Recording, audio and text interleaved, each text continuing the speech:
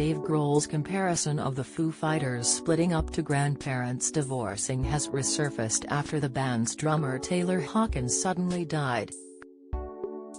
Following the announcement of the 50-year-old rock star's death, attention has been drawn back to past interviews, with Taylor opening up about a time when the band had almost called it quits as they struggled to find satisfaction with their music. The drummer had toured with Alanis Morissette prior to landing his role as part of the rock band the Foo Fighters when Dave found himself needing to replace William Goldsmith. Speaking to Louder Sound in 2019, Taylor admitted that although he had been the drummer for the band, he didn't feel like he was.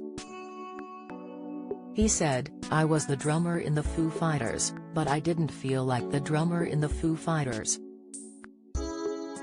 I mean, Dave played on half of Hawkins' first Foo's album, There Is Nothing Left to Lose." Eventually Taylor would feel like part of the group, but this came after a period of hardship that left the group in a difficult position.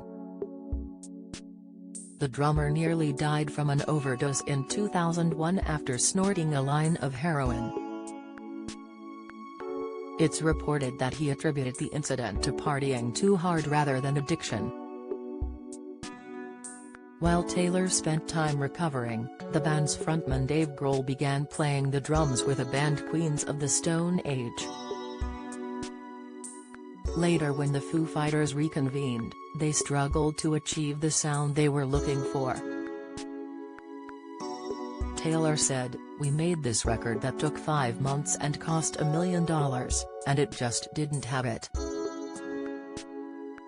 Dave was in love with Queens of the Stone Age. "We couldn't figure out how to be a band. It really did seem like we were going to bust up." During this period of time Taylor decided to move on from the Foo Fighters, saying that he would sell his house, try to get his old job back, deliver pizza or sell weed.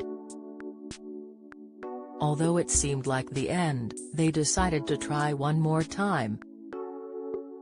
They rated the entire album in the space of a week, creating One by One, which some have called the band's worst record ever.